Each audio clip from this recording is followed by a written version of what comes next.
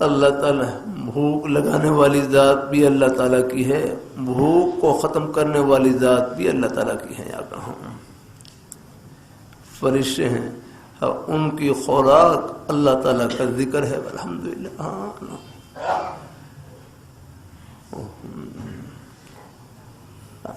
اللہ تعالیٰ اپنی بارگاہ مقبول فرمائے. اللہ اپنے رمضان کے مہینے میں آپ نے مشاہدہ کیا ہوگا،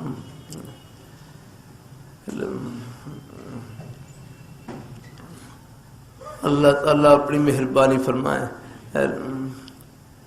تو دعا کی قبولیت کے کئی مطلب ہیں. ایک یہ ہے جو مانگے وہی مل جائے رہے. آپ یہ بھی سوچیں کہ ہم بن مانگے اللہ تعالیٰ کی نعمتوں کے سمندر میں ڈوبے ہوئے، کوئی مانگے کوئی جھوڑی خالی جائے گی؟ نہیں.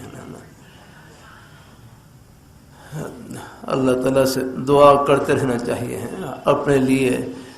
بلکہ یہاں تک آتا ہے پر یہ دو اللہم اغفر للمؤمنین والمؤمنات، یا اللہ تمام مومنین کی مومنات کی بخش فرما دیں. آگے ہم